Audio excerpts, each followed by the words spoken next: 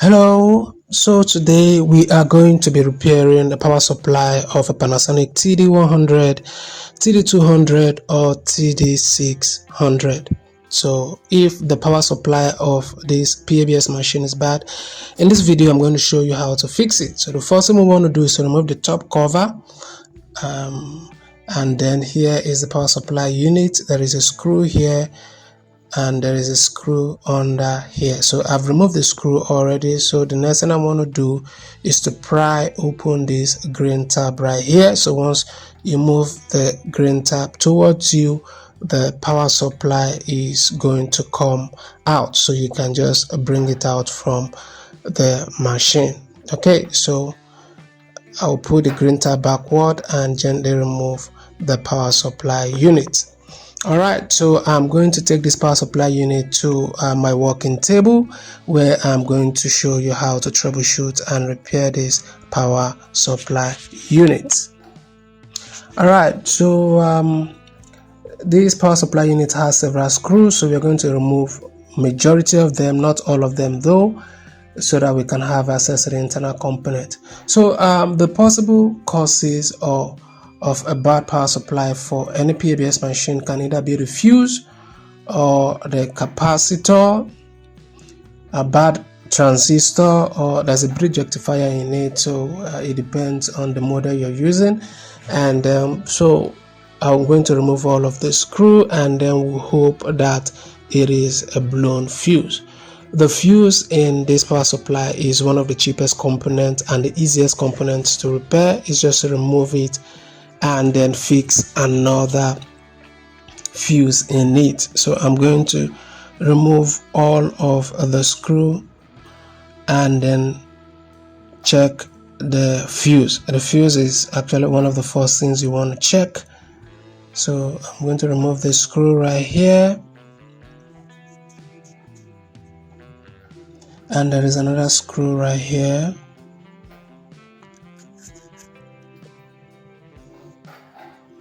And no, not a screw.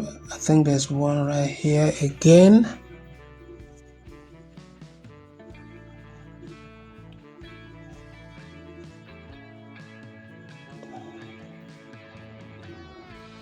Okay, so we'll set the screws aside and we'll gently remove this cover here, and then we'll look at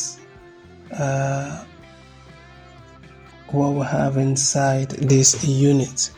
Okay, so let me bring this closer to you so that you see what we have inside, and then let me show you how it works. So power is going to go in through this socket, and then once this switch is on, power will go into the unit. So this switch controls when power goes in or not. Alright, so and if you trace this particular switch, you're going to get the area where the fuse is. So if you can use your hand to trace it. That is exactly where the fuse is located. So what I want to do is to remove this fuse and then test for continuity with my multimeter. So I'll remove this fuse and then get my multimeter.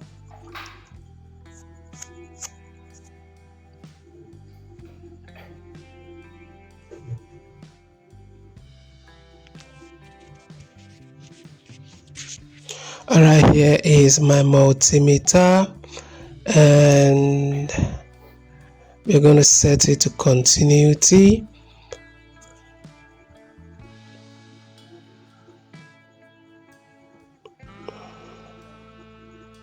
So we set this to continuity, and so this particular fuse is bad, so we'll likely need to get another one. So the fuse is the culprit here, and then so what we're going to do is to replace this fuse with another fuse. I have another fuse right here that I want to use as replacement. So this is the one that is bad, and I'm going to be replacing with this. Remember, you have to replace with the exact same screw, so check the specification on the body of the fuse that you just removed.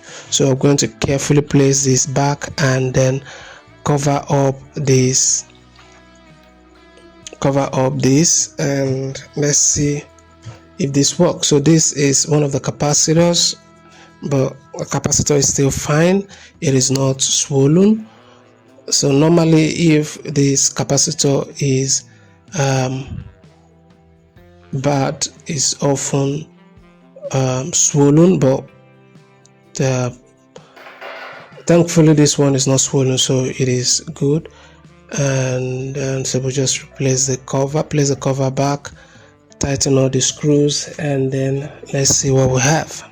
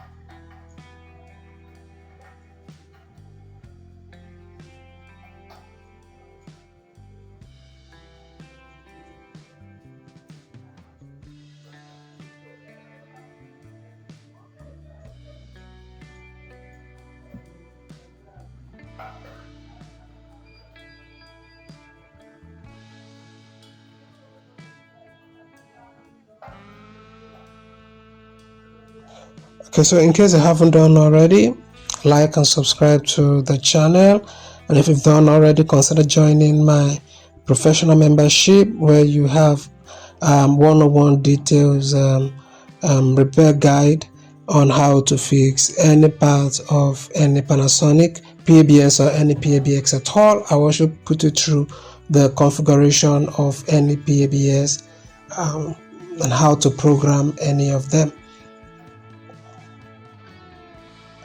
So we'll just replace, fix the remaining screws that is left, and then we'll test and see what we have.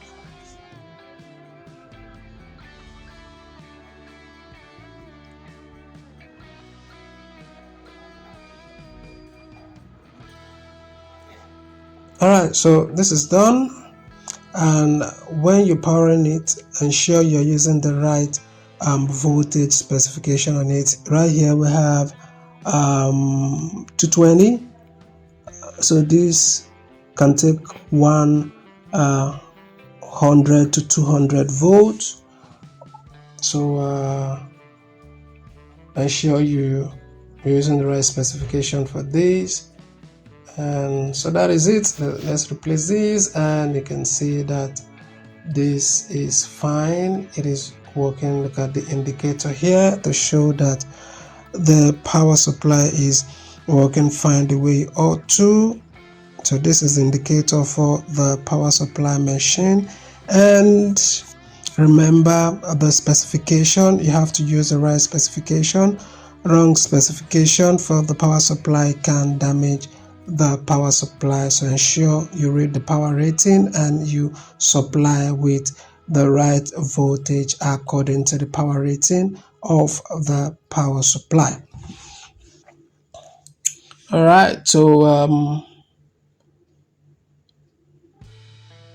So I'm using the right voltage, which means everything is fine. So the next thing we want to do is to show you the other indicator. You can see all the lights are on, the lights on the card, and particularly this particular indicator here. This is the power indicator of the CPU itself, the machine itself, the main board, and this is the indicator for it.